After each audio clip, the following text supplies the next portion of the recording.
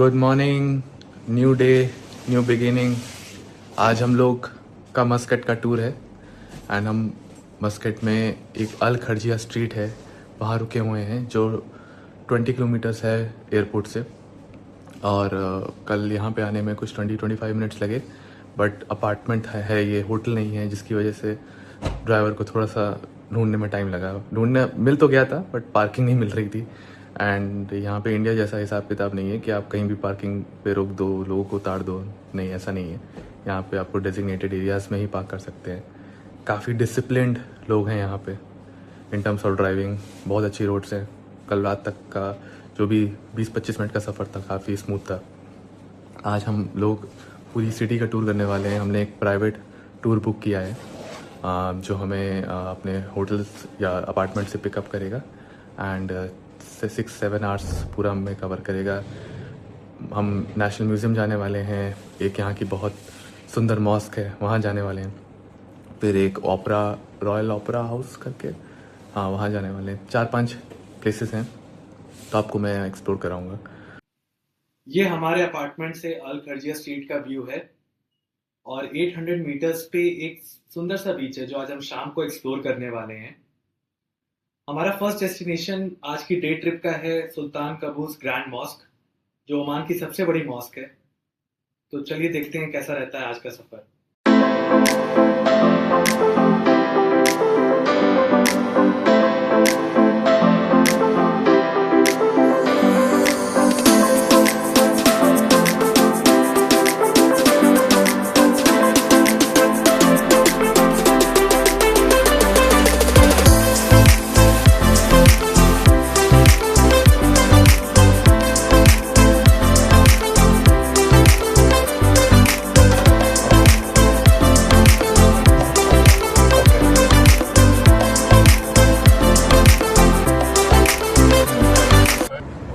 Oman की history के बारे में थोड़ा बात करते हैं। बहुत ही इंटरेस्टिंग हिस्ट्री है, बहुत अमेजिंग हिस्ट्री है।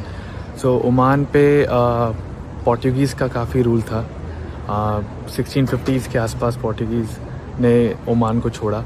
उससे पहले 150 साल वहाँ यहाँ पे राज किया, जिस पे 1650s में ओमानी एम्पायर ने इन लोग को ओवरथ्रू किया। एंड 1650 जिस दिन किया था वो काफ़ी नेशनल प्राइड का मूवमेंट है यहाँ के लिए। फिर 1650s के बाद 200 साल ओमान स्ट्रॉन्गेस्ट मैरीटाइम पावर था इस पूरे एरिया का। अफ्रीका एंड अरब के ट्रेड्स कंट्रोल करता था। बहुत सारे एरियाज़ जो आपके ज़ांज़ीबार है एंड तंजानिया में कोस्टल कीनिया, वो सब पूरा कवर करता था। बट एक इंटरेस्टिंग चीज़ ये है कि जब पोर्टुगीज़ भी यहाँ पे इन पे रूल कर रहे थे तो वो सिर्फ कोस्टल एरियाज़ में कर रहे थे। They were not able to get inside inland Oman. Oman का जो अंदर वाला पार्ट है, इनलैंड का पार्ट है, सलाला पार्ट हो गया, डेजर्ट्स पार्ट हो गए, वहाँ पे वो लोग नहीं कैप्चर कर पाए थे, सिर्फ कोस्टल एरियाज़ में कर रहे थे। लेकिन उसके बाद जब ओमान ने पोर्टुगीज़ को ओवरथ्रू किया तो एक मैसिव मैरीटाइम पावर बन गया। अफ्रीका एंड अरब का सबसे स्ट्रॉन्गेस्ट मैरीटाइम पावर बन गया। वहाँ पे उन्होंने कीनिया के कोस्टल एरियाज़, तंजानिया के coastal areas and even Pakistan के, सो एशिया एंड अफ्रीका के ट्रेड रूट्स को कंट्रोल करता था। फिर ओमानी एम्पायर के साथ साथ ब्रिटिश का इन्फ्लुएंस भी आया, बट ब्रिटिश ने कभी भी कॉलोनाइज़ नहीं किया। ब्रिटिश हमेशा इनके एक अच्छे फ्रेंड की तरह रहा एंड काफ़ी इन्फ्लुएंस था ब्रिटिश का, बट काफ़ी अच्छे दोस्त रहे ये। कभी भी कॉलोनाइजेशन नहीं हुआ यहाँ पे। फिर एक आइसोलेशन पीरियड आया 1930 से 1970, जब एक इनके किंग थे, सुल्तान थे तैमूर। उन्होंने इस पे 40 साल राज किया। तब थोड़ी सा कंट्री में आइसोलेशन आया। लोग काफ़ी गरीब थे उस समय, कंजर्वेटिव थे। रोड्स, हॉस्पिटल्स, स्कूल्स कुछ भी नहीं थे। एंड उनके बेटे सुल्तान काबूस वो यूके में पढ़ते थे, तो उन्होंने यूके का मॉडर्नाइजेशन देखा था उस समय में। सो जब वो वापस आए उन्होंने देखा कि मेरे कंट्री में क्या चल रहा है, मेरी कंट्री डेवलप क्यों नहीं है, यूके इतना डेवलप्ड हो गया है, मेरी कंट्री क्यों नहीं डेवलप्ड है। तो उन्होंने अपने फादर को बोला कि हमें भी यहाँ पे कुछ करना चाहिए, बट वो एग्री नहीं किया। उनके फादर एग्री नहीं किए, सुल्तान तैमूर एग्री नहीं किए। सुल्तान काबूस इस बात से काफ़ी नाराज़ हुए, काफ़ी खफा हुए। उन्होंने 1970s में अपने फादर को ओवरथ्रू कर दिया। सो एक बेटे ने अपने फादर को ओवरथ्रू किया, लेकिन ये एकदम ब्लडलेस कूप था। कोई भी किसी की भी यहाँ पे प्रोटेस्ट एंड कुछ नहीं हुआ। अपने फादर को उन्होंने बोला कि it's time for you to move on, and फिर उन्होंने उनको एग्ज़ाइल में यूके भेज दिया। एंड सबसे पीसफुल पावर का ओवरथ्रो हुआ है in the middle east history, वरना हर जगह पे प्रोटेस्ट होते हैं, कूप होते हैं, लोगों की जानें जाती हैं, बट यहाँ पे 1970s में जब ये हुआ तो उसके बाद से काफ़ी पीसफुल कूप था ये। 1970 के बाद से 2020 तक सुल्तान काबूस ने यहाँ पे राज किया, एंड उसके बाद पूरा कंट्री ही चेंज हो गया। Modernisation, neutrality and a lot of religions tolerant, बहुत ज़्यादा दूसरे कंट्रीज़ के लोगों को अपनाना एंड दूसरे कंट्रीज़ के आइडियोलॉजीज़ को भी समझना, अपनी आइडियोलॉजीज़ की रिस्पेक्ट करना, दूसरे रिलीजन्स की रिस्पेक्ट करना, रोड्स, इंफ्रास्ट्रक्चर सब एकदम इस समय टॉप नॉच था। तो वो 50 साल एक लीडर अगर चाहे तो पूरी कंट्री की हिस्ट्री बदल सकता है, एंड वही सुल्तान काबूस ने किया। यहाँ पे ऐसी मार्वलस मॉडर्न मॉस्क बनाई, उसके अलावा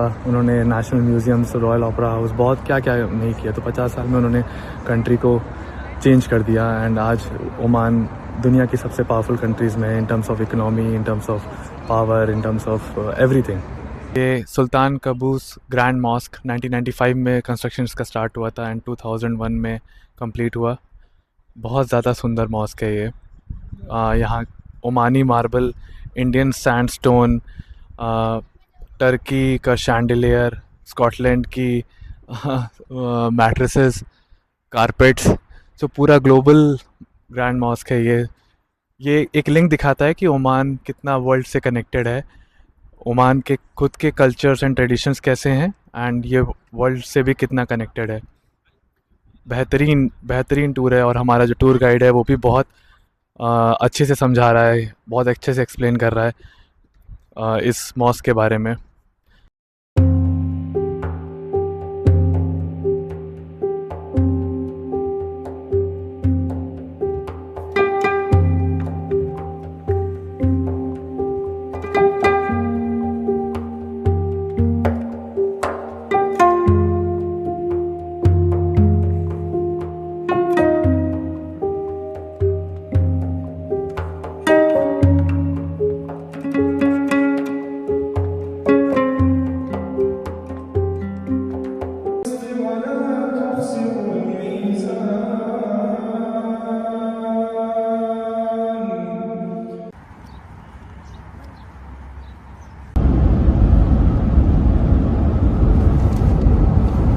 The gate of Mutra. Mutra has also old parts and Muslims. This is the entrance of the old mosque. Yeah, no, old Mutra. It was there's for business, and then they remove all the crane. Now they left only for the cruise ship and for the fishermen and for the small business to do only in Mutra. But no, it's also as well. So a lot of Omani influence in Zanzibar. अभी हम लोग old मत्रा में आए हैं। ये एक port area है मस्कट का, एंड मेरे पीछे देख सकते हो आप एक सुल्तान याट है, बहुत फेमस सुल्तान याट है। यहाँ से सारी शिप्स एंड लग्जरी क्रूजर्स जाते हैं। बहुत बेहतरीन इंफ्रास्ट्रक्चर है, एंड एक पोर्ट एरिया होने के बाद भी ये बहुत ज़्यादा नीट एंड क्लीन है। ट्रैफिक थोड़ा है बट वो भी बहुत वेल मैनेज्ड है। कहीं पे भी आपको ट्रैफिक की भीड़ या आपको यहाँ पे ट्रैफिक जैम नहीं दिखेगा। अभी हम लोग यहाँ पे ट्राई कर रहे हैं एक ओमानी स्वीट्स, अल दीवानिया ओमानी स्वीट्स में हम लोग यहाँ पे ओमानी हलवा ट्राई करने आए हैं। देखते हैं कैसा होता है।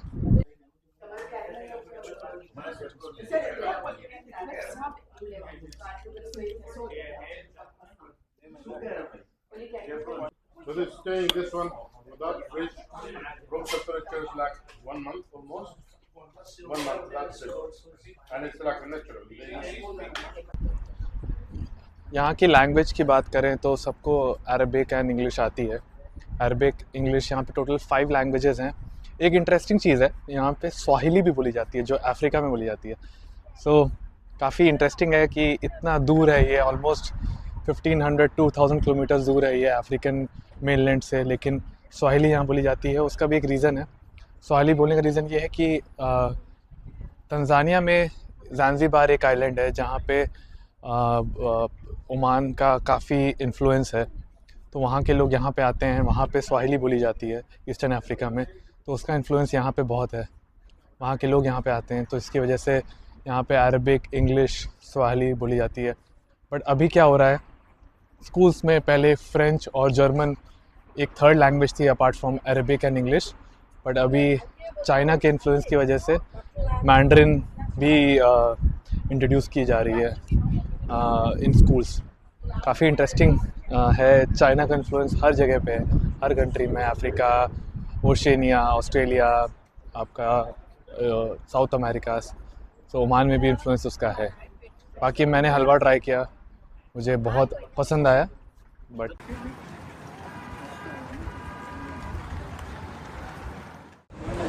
सो फाइनली करेंसी मिल गई है यहाँ पे, बहुत ही अच्छे रेट पे मिली है।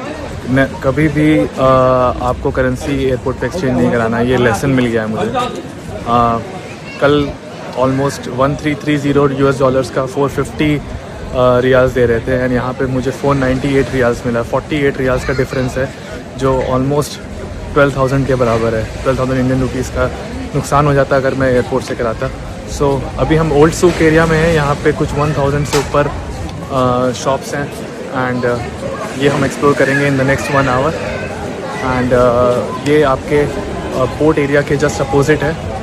काफ़ी वाइब्रेंट माहौल है, काफ़ी अच्छा मार्केट है, एंड मैक्सिमम शॉप्स यहाँ पे इंडियंस, पाकिस्तानीज़ की है। सो अगर किसी को बार्गेन करना है तो अच्छे चांसेस हैं यहाँ पर आपकी बार्गेनिंग स्किल्स काफ़ी इम्प्रूव हो सकती हैं। तो दिखाते हैं कैसा है ये।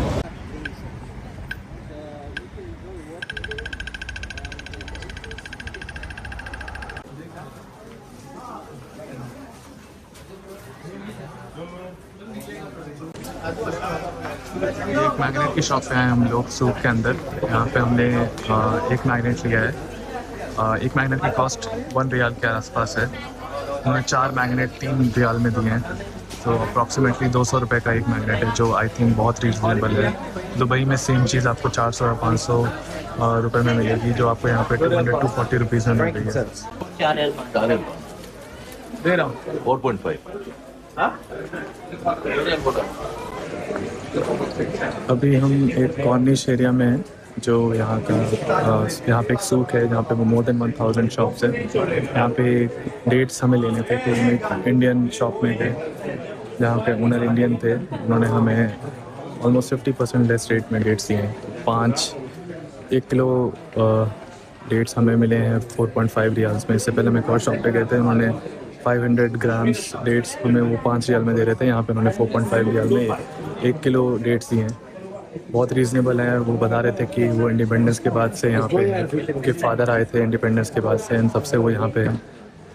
एंड बता रहे थे ओमान कितना डेवलप्ड है, कितना सेफ़ है सबके लिए, for all the people, not only Omanis but also for the people who come from South Asia और from different parts of the world. बहुत सेफ़ कंट्री है, बहुत सेफ़ सिटी है मस्कट। एंड बहुत पैशनेट थे वो इंडिया के बारे में भी, हर साल इंडिया जाते रहते हैं। बट उन्होंने ओमान के बारे में बताया, सुल्तान काबूस के बारे में बताया कि सुल्तान काबूस ने इस देश को बदल दिया, बिल्कुल डेवलपमेंट एंड मॉडर्नाइजेशन की तरफ लेके गए। उनके शायद टीचर एक पुणे से थे, which is very interesting. So India के प्रति उनका अलग प्यार है, he use to like India a lot. अभी हम जा रहे हैं कॉर्निश की तरफ, जो एक पोर्ट वाला एरिया है, एंड वहाँ से फिर हम लोग अपने नेक्स्ट डेस्टिनेशन की तरफ जाएंगे।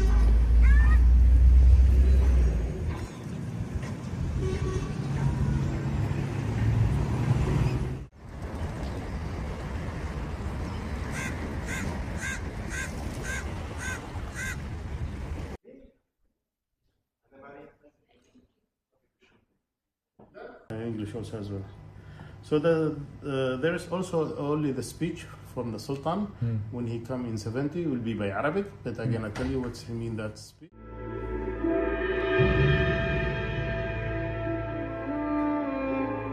Chapter by chapter, a story reveals itself.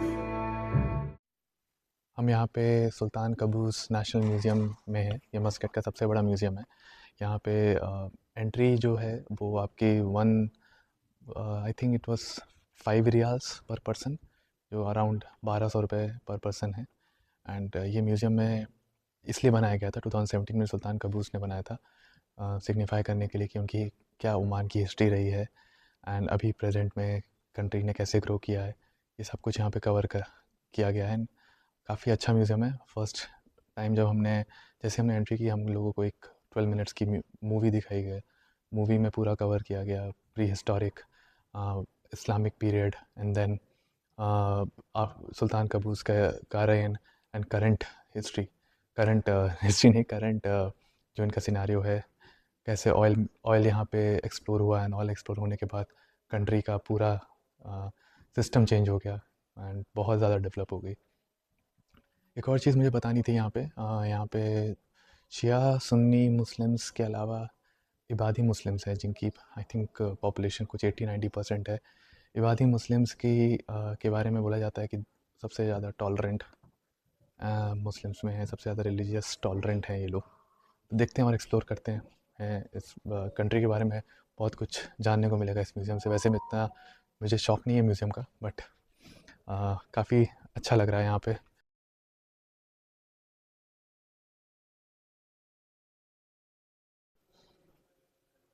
Oman के बारे में बोला जाता है कि यहाँ डोर्स के लिए बहुत फेमस है एंड एक बड़ा सा इनका डोर होता है, उसके अंदर एक छोटा सा डोर भी होता है। तो वहाँ मॉस्क में भी हमने देखा था कि कैसे डोर्स का यहाँ पे यूटिलाइजेशन है और डोर्स का काफ़ी सिग्निफिकेंस है। आपको कई जगह ये डोर्स के फॉर्म में आपको मैग्नेट्स मिलेंगे, डोर्स के फॉर्म में आपको डिज़ाइंस मिलेंगी एंड यहाँ म्यूज़ियम में भी कई तरह के डोर्स इन्होंने बना के रखे हैं दिखाने के लिए। प्लस ट्रेडिशनल ओमानी ड्रेस भी आपको देखने को मिलेगी जो सुल्तान्स पहनते थे। उनका जो भी उनकी ड्रेस सब होता था उनका, वो भी यहाँ पे दिखाया गया है। प्लस जो भी ट्रेडिशनल लोग यूज़ करते थे बोट्स बनाने में या उनके रहने के टाइम पे, जब जैसे वो रहते थे, जो भी सामान यूटिलाइज़ होता था वो सब भी यहाँ पे दिखाया गया है। अच्छा है, काफ़ी वर्थ इट मुझे लग रहा है। स्टार्टिंग में जब मैंने इसकी एंट्री फ़ीस देखी तो मुझे लगा थोड़ा ज़्यादा है पर अ म्यूज़ियम। 1200 रुपये एक म्यूज़ियम के देने के लिए पर पर्सन थोड़ा ज़्यादा है, बट उस हिसाब से अच्छा है। ये एक फ़ीमेल की का ड्रेस कोड होता था उस समय, अगर कोई क्वीन है। So it was a traditional costume of southern Oman, not necessarily queen. कोई अगर सदर्न ओमान की फ़ीमेल होगी तो वो ये पहनती थी। तो डिफरेंट तरीके की चीज़ें उन्होंने हाईलाइट की है। सो अभी हम नेशनल म्यूज़ियम से एग्ज़िट कर रहे हैं। अभी गाइड ने हमें बताया कि ओमानी जो लोग होते हैं ये बहुत simple living and high thinking में बिलीव करते हैं एंड इनके सिटीज़ में, कंट्री में आपको कहीं भी स्काई स्क्रेपर्स नहीं दिखेगा, अनलाइक दुबई जहाँ पे आपको सिर्फ स्काई स्क्रेपर्स ही दिखते हैं।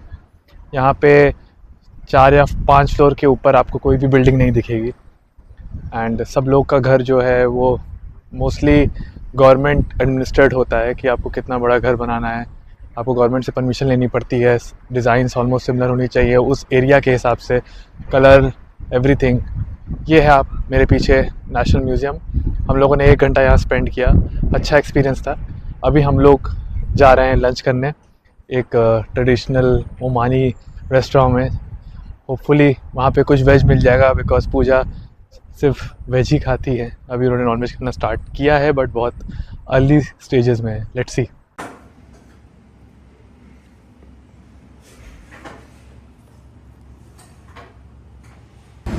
लंच कर लिया है अभी। हम लोगों ने ऑर्डर किया था 2 प्लेट काबुली चना, 2 plate chicken curry and 1 plate fried chicken.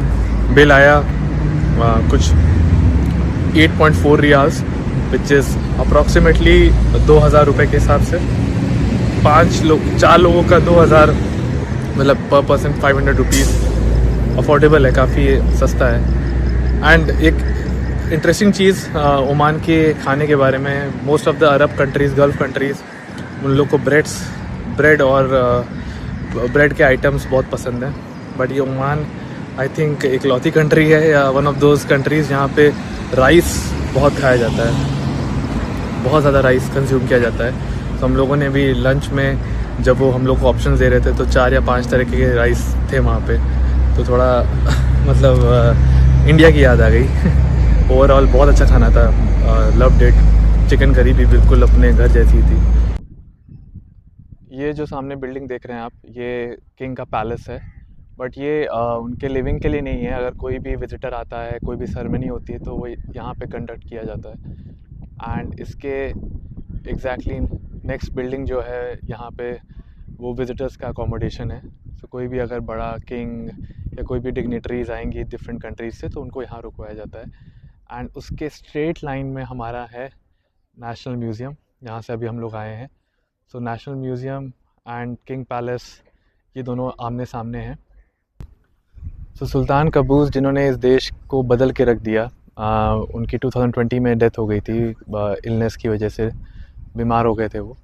तो उनके बहुत बहुत अमेजिंग स्टोरी है। उनके कोई भी बच्चे नहीं हैं, तो उनके कोई सन नहीं थे, तो अगला किंग कौन बनता। तो उन्होंने अपने कज़न ब्रदर को किंग बनाया। जाने से पहले उनका नाम उन्होंने बोला कि इनको किंग बनाना चाहिए, अपनी लीडरशिप को बताया कि इनको किंग बनाना चाहिए। उसका रीज़न सिंपल है कि सुल्तान कबूस बहुत ही पॉलिटिकली न्यूट्रल थे, किसी के साइड नहीं लेते थे, ना ईरान, सऊदी अरबिया, सबके साथ उनके बहुत अच्छे रिलेशंस थे। जिसकी वजह से उनको ऐसा लीडर चाहिए था जो थोड़ा पॉलिटिकली न्यूट्रल हो एंड जो थोड़ा दिमाग से सोचे। तो उन्होंने अपने कज़न ब्रदर सुल्तान अल हैथम को बनाया अगला यहाँ का सुल्तान, एंड यहाँ के किंग बने वो। एंड तब से लेके अभी तक बहुत ही पीसफुल कंट्री है ये। 1970 से कोई भी पॉलिटिकल अनरेस्ट नहीं रहा है। इसके बॉर्डर्स आपको एक साइड यमन से लगता है, जहाँ पे सिविल वॉर है, बट वो एरिया भी बहुत ज़्यादा पीसफुल है। तो आप समझ सकते हैं कि अगर एक कंट्री पॉलिटिकली न्यूट्रल है, पीसफुल है, किसी के में पॉलिटिकली इंटरफेरेंस नहीं कर रही है, तो वो बहुत ज़्यादा डेवलप कर सकती है। And Oman is a classic example of that. ये फोर्ट जो आपको दिख रहा है, ये वाटर स्ट्रेच के ऊपर जो बना है, ये पोर्टुगीज़ ने बनाया था जब उन्होंने ओमान पे अटैक किया था। किंग पैलेस इसके जस्ट बगल में बना है। एंड ये इकलौता फोर्ट नहीं है, दूसरे साइड पे एक और फोर्ट है यहाँ पे, जो ओमान में पोर्टुगल में बनाया था, पोर्टुगीज़ ने बनाया था जब उन्होंने कैप्चर किया था। सो हिस्ट्री ये बोलती है कि ओमानीज़ जब पोर्टुगल से परेशान हो चुके थे, तो इस एरिया पे उन्होंने ओमान और पोर्टुगल के बीच में लड़ाई स्टार्ट हुई थी। एंड फिर उन्होंने यहाँ से पोर्टुगीज़ को बाहर किया, फिर उसके बाद बहरीन से बाहर किया, फाइनली ज़ांज़ीबार से बाहर किया। ज़ांज़ीबार से पोर्टुगीज़ चले गए, Zanzibar officially became part of Oman.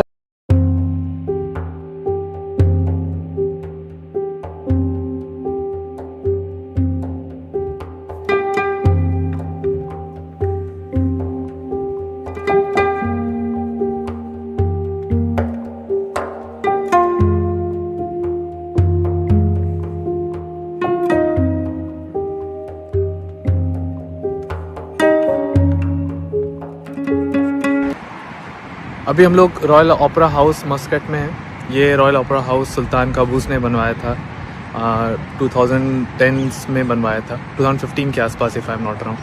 And Sultan Qaboos उन्होंने लंदन में पढ़ाई की थी, यूके में पढ़ाई की थी, तो जिसकी वजह से उनको ओपरास, कल्चर, इन सब चीज़ों का बहुत शौक़ था। सो जिसकी वजह से उन्होंने यहाँ पे ये ओपेरा हाउस कंस्ट्रक्ट किया। आपको ओपेरा हाउसेस मोस्टली यूरोप में दिखेंगे, गल्फ़ कंट्रीज़ या अरब में नहीं दिखते हैं, बट सुल्तान कबूस बहुत अपने टाइम से काफ़ी आगे थे तो उनको ये सब चीज़ें बहुत पसंद थी, तो इसलिए उन्होंने यहाँ पे बनाया था। इस ओपेरा हाउस की भी एंट्री फ़ीस कुछ 1000 रुपीज़ पर पर्सन है। हम लोग यहाँ अंदर नहीं जा रहे हैं, हम लोग बाहर से ही यहाँ पे एक फ़ोटो स्टॉप लेंगे। एंड सरप्राइजिंगली हमारा अकोमोडेशन जो है वो बहुत नज़दीक है यहाँ से। तो हमारे गाइड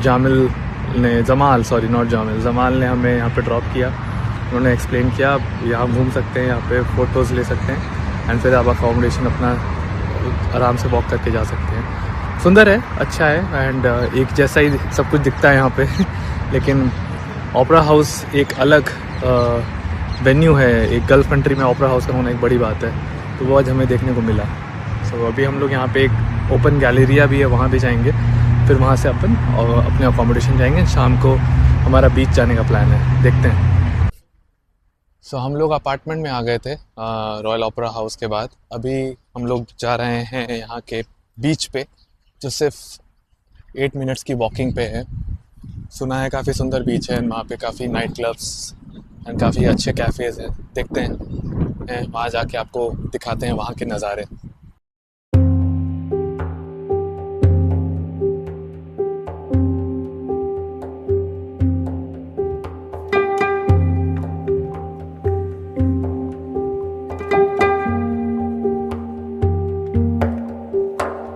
बेहतरीन व्यू है। इस बीच का नाम कुरुम बीच है। अमेजिंग व्यूज़, इतना वाइड स्ट्रेच ऑफ लैंड है, बिल्कुल भी रश नहीं है। सैटरडे है, वीकली ऑफ है, सो रश होना चाहिए, बट मज़ा आ रहा है। बहुत अच्छी हवा चल रही है, हल्का सा ठंडा वेदर है एंड लोग चिल कर रहे हैं अपने घर से, अपने रिजॉर्ट से चेयर्स लेके आके बैठ जा रहे हैं। हमको भी ऑप्शन था, हमारे अपार्टमेंट में भी रखी थी चेयर्स, हम नहीं लेके आए, बट यहाँ पे सिटिंग के काफ़ी अच्छे अरेंजमेंट्स हैं। बहुत सुंदर है, बहुत सुंदर लग रहा है, मज़ा आ रहा है। It's really nice. यहाँ पे पाम ट्रीज लगे हुए हैं, गार्डन है जो बहुत ही सुंदर तरीके से मेंटेन किया गया है, बीच है एंड रेस्टिंग प्लेसेस बने हुए हैं, लोगों के बैठने की जगह है यहाँ पे। बस यहाँ पे लोग फुटबॉल खेल रहे हैं। बस उधर एक पब्लिक पार्क भी है जहाँ पे बच्चे एंजॉय कर रहे हैं। काफ़ी खुशनुमार मौसम है, काफ़ी अच्छा एंजॉयबल वेदर है। लोकल पुलिस वाले हॉर्सेस पे है यहाँ पे। और आज हमने जो प्राइवेट टूर लिया था अपने गाइड के साथ, तो उसका टोटल कॉस्ट था 40,000 रुपीज़ एंड पर पर्सन 10,000 रुपये पड़ा। लैंड क्रूज़र आई थी हम लोग को पिक करने, पूरे टूर पे गाइड हमारे साथ था। बहुत ही इन्फॉर्मेटिव गाइड था, काफ़ी इन्फॉर्मेशन उसने दी हमें, काफ़ी लोकल चीज़ें पता चली जो चैट जीपीटी या गूगल पे नहीं पता चलती हैं। तो उसने 4 चीज़ें कवर की। एक तो ग्रैंड मॉस्क कवर किया, फिर रॉयल ओपेरा हाउस, फिर सूक पे लेके गया हमें, फिर पैलेस भी कवर किया उसने, नेशनल म्यूज़ियम। तो ओवरऑल अच्छा एक्सपीरियंस था। थोड़ा सा एक्सपेंसिव था, बट हर जगह पे प्रायोरिटी एक्सेस मिल रहा था एंड उसकी अनलिमिटेड नॉलेज का हमें भंडार मिल रहा था, तो काफ़ी ठीक था। मतलब it was good, it was worth it. ये आप बुक कर सकते हो गेट योर गाइड से। प्राइवेट टूर ओमान मस्कट का सिटी टूर, एक 1 डे सिटी टूर आप सर्च कर सकते हो एंड आपको मिल जाएगा, या ईज़िली मिल जाएगा, बहुत डिफ़िकल्ट नहीं। एंड टाइम पे था। उसने जो टाइम पे प्रॉमिस किया था कि वो 3:30 पे ड्रॉप करेगा, उसने उसी टाइम पे ड्रॉप किया। So overall it was a pleasant experience and उसने हमें रॉयल ओपेरा हाउस पे ही ड्रॉप कर दिया था। उसके बाद हम लोग वॉक करके अपने अपार्टमेंट पे आ गए, जो मुश्किल से 200 या 300 मीटर की वॉक थी। एंड फिर वहाँ से हम लोगों ने अभी शाम को बीच पे आए हैं and we are enjoying the views, enjoying the sunset. So हम लोग यहाँ पे एक बीच रेस्टोरेंट में आए थे, इसका नाम है द सोर्स बाय अल फकर। यहाँ पे हमने चिकन टिक्का ऑर्डर किया एंड आप किसी भी मिडिल ईस्ट कंट्री में आएंगे तो चिकन टिक्का, सिर्फ चिकन टिक्का साथ में नहीं आता है, वहाँ पे ब्रेड्स भी आती हैं। बहुत अमेजिंग डिनर था एंड यहाँ पे अगर आप आए हो मस्कट में तो यहाँ पे ज़रूर ट्राई करना। बहुत ही रीज़नेबल बीच फेसिंग रेस्टोरेंट था। तो चिकन टिक्का जो हमने ऑर्डर किया पर पर्सन 4 लोगों में 500 रुपीज़ पर पर्सन आया, विच is very reasonable. Specially view है, अगर वैसा व्यू आप कहीं और जाके एक्सप्लोर करोगे, दुबई में करोगे, तो वो ऑलमोस्ट 2 टाइम्स 3 टाइम्स एक्सपेंसिव है। काफ़ी रीज़नेबल सिटी मुझे लगी है अभी तक। काफ़ी in terms of cost, food and जितने भी हमने जगह एक्सप्लोर किया है, काफ़ी अच्छी लगी है। सो आज के लिए इतना ही। आज हमने पूरा सिटी का एक्सप्लोर किया, हमने मस्कट सिटी एक्सप्लोर किया एंड हम लोग 5 से 6 घंटे बाहर घूमे। फिर उसके बाद हम लोग यहाँ पे बीच पे 2-3 घंटे हमने स्पेंड किया। काफ़ी अच्छा दिन था आज का। सो अब मिलेंगे हम लोग कल हमारा प्लान है डेजर्ट में जाने का, वहाँ पे एक रात रुकने का प्लान है। सो कल मिलते हैं। प्लस हम लोग भीमा सिंक होल करके एक वाटर बॉडी है, वहाँ जाएंगे एंड एक वाडी साहब करके एक छोटी सी हाइक है, वो भी करेंगे। सो कल मिलते हैं।